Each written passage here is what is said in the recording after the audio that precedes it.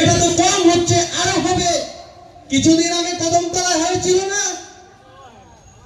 কিছুদিন আগে যখন বাংলাদেশে স্টুডেন্টদের আন্দোলন চলে, সেখান থেকে কিছু আওয়াজ আমরা শুনেছিলাম যে এই যে নর্থ ইস্ট, আমাদের এই নর্থ ইস্ট থাকবে না, সেটা বৃহত্তর বাংলাদেশ হবে। আপনারা শুনেননি? আপনারা প্রত্যেকে শুনেছেন। কিন্তু আমরা কোনো কিছু করেছি? আমরা কোনো আন্দোলন করেছি? আমরা করিনি, কেননা আমরা শান্তিপ্রিয় মানুষ। কিন্তু আজকে এখানে দাঁড়িয়ে আমি সকলের কাছে আমাদের যে বিভিন্ন গ্রন্থগুলো আছে তার বিভিন্ন শ্লোক উত্থাপন করে আমার আলোচনা রাখবো। একটা কথা আমার মন থেকে আমি রাখবো না।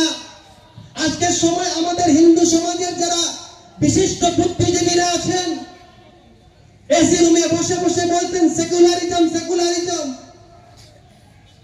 যখন চিন্ময় কৃষ্ণ দাস মহারাজজি এখানে অ্যারেস্ট হলেন, যখন দিল্লিতে বাবা বাগেশ্বর ধাম যখন একতার জন্য র্যালি শুরু করলেন, তখন নাকি বলা হচ্ছে যে হিন্দুদের কে উস্কানি করা হচ্ছে, হিন্দু মুসলিমের মধ্যে দাঙ্গা করার জন্য শান্তি নষ্ট করা হচ্ছে। আর সম্পূর্ণ বিশ্ব থেকে যে একটা পুরস্কার দেওয়া হয় বিশ্ব শান্তির জন্য, তার নাম কি? নোবেল পুরস্কার। আপনারা সবাই আত্মমন্থন করে দেখবেন, নোবেল পুরস্কার জয়ী মোহাম্মদ ইউনূস আজকের সময় বিশ্ব অশান্তির মূল কারণ। যদি একসাথে থাকেন তাহলে বলেন জয় শ্রীরাম। আপনারা চিন্তা করুন, যাকে এই বিশ্ব শান্তির পুরস্কার দিয়েছিল নোবেল জয়ী, আজকের সময় কেন আমি বিশ্ব শান্তির কারণ বলছি? তার কারণ মোহাম্মদ ইউনূসকে সম্পূর্ণ বিশ্ব চিনে। আর আমাদের সনাতনী হিন্দু ভাইরা শুধু বাংলাদেশে থাকে না, শুধু ত্রিপুরা থাকে না, বিশ্বের সর্বত্র আমাদের সনাতনীরা রয়েছে। সেজন্য এই অশান্তির আগুন যেটা বাংলাদেশে লেগেছে সেটা সম্পূর্ণ বিশ্বের মধ্যে লাগছে। সেজন্য সকলের কাছে আমার অনুরোধ, হিন্দু সহোদরা সর্বে ন হিন্দু পতিত ভব।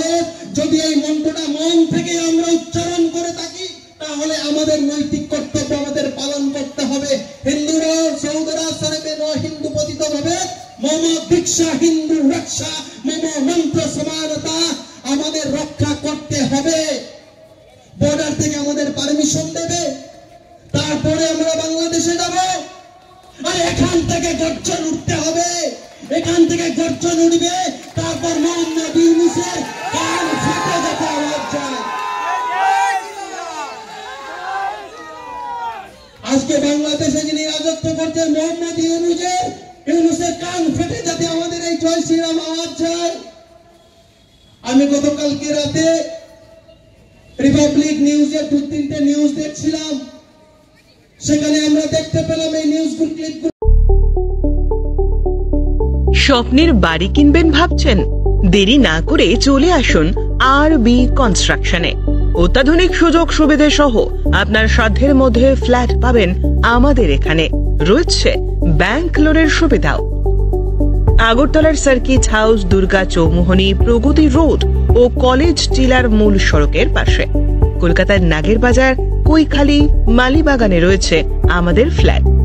প্রতিটি ফ্ল্যাটে রয়েছে পার্কিং ও লিফটের সুবিধে, পরিশোধিত পানীয় জল, জেনারেটর সহ আলাদা ট্রান্সফরমার। তাছাড়াও নিরাপত্তার জন্য থাকছে দিবারাত্রি সিকিউরিটি গার্ড, রয়েছে সিসি ক্যামেরার নজরদারিও। তাহলে দেরি না করে আজই যোগাযোগ করুন আরবি কনস্ট্রাকশনে। আমাদের ঠিকানা আরবি construction, Jhuma Chakraborty, circuit house, পুরনো রাজভবনের পিছনে। যোগাযোগ 8787495180 এবং 9436123139 এই নাম্বারে।